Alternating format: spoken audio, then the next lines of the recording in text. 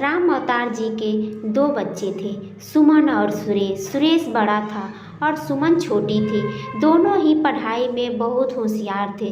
राम अवतार और सुमन की माँ सरला सुमन को लेकर बहुत चिंतित थे, क्योंकि सुमन अपनी शिक्षा पूरी कर ली थी। अब उसके लिए एक बेहतर रिश्ता खोजना था। एक दिन उसके करीबी रिश्तेदार का बेटा दीपक सुमन का हाथ मांगने के लिए उसके घर आया।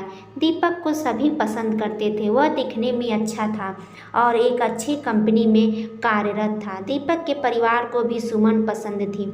फिर इन सबके बाद शादी की तारीख तय हो गई और सुरेश और राम अवतार शादी की सारी तैयारी कर रहे थे, क्योंकि शादी नज़दीक थी। सारी तैयारी हो गई, शादी का दिन भी आ गया।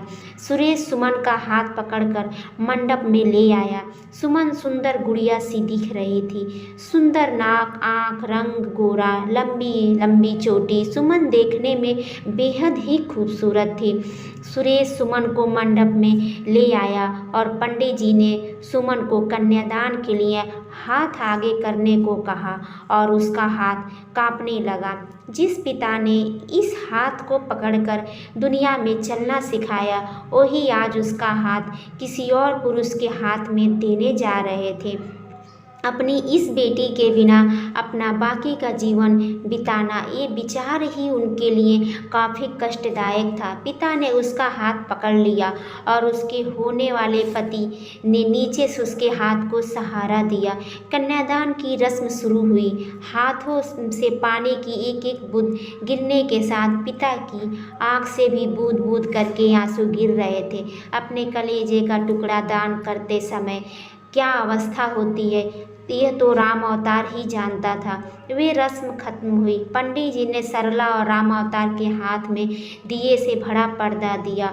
उसके सामने बेटी और उसका पूरा ससुराल बैठा था और पंडित जी ने कहा, आज से आपकी बेटी उनकी हो गई। उनसे कहो कि उनका अच्छे से ध्यान रखें। सरला अपने मायके वालों के लिए एकदम पराई हो गई। उसकी आंख में आंसू भर आया। सुमन को 2 दिन पर ट्रिप भी भेजना माँ के लिए कितना मुश्किल होता था, और अब सब हमेशा के लिए दूसरे के घर भेज दिया और उसकी अपने ही घर का मेहमान बना दिया।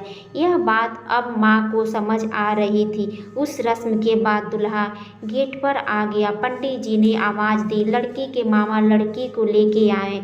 उस मामा का हाथ पकड़कर वह उस अंतरपाठ पे जा रही थी। सुबह उठकर एक साथ नाश्ता, फिर मस्ती, फिर मामी के हाथ का खाना और रात में मामा के गोद में सिर रखकर सोने वाली भांजी आज उस मामा को दूसरे के हाथ सौंप देंगे। यह सोचकर उसने अपने हाथ कस लिए और मंगलाष्टा आरंभ हो गई।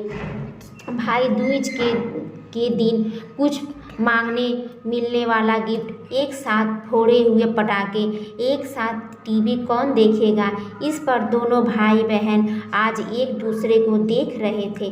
उतने ही देर में मंगलाष्टमी समाप्त हो गया। मंगलाष्टमी समाप्त हो जाने के बाद सुमन अपने आगे आने वाले नए जीवन को लेके उत्साहित हो गई। सुमन ने वर माला पहनाई और अपने पति दीपक के पास खड़ी हो गई।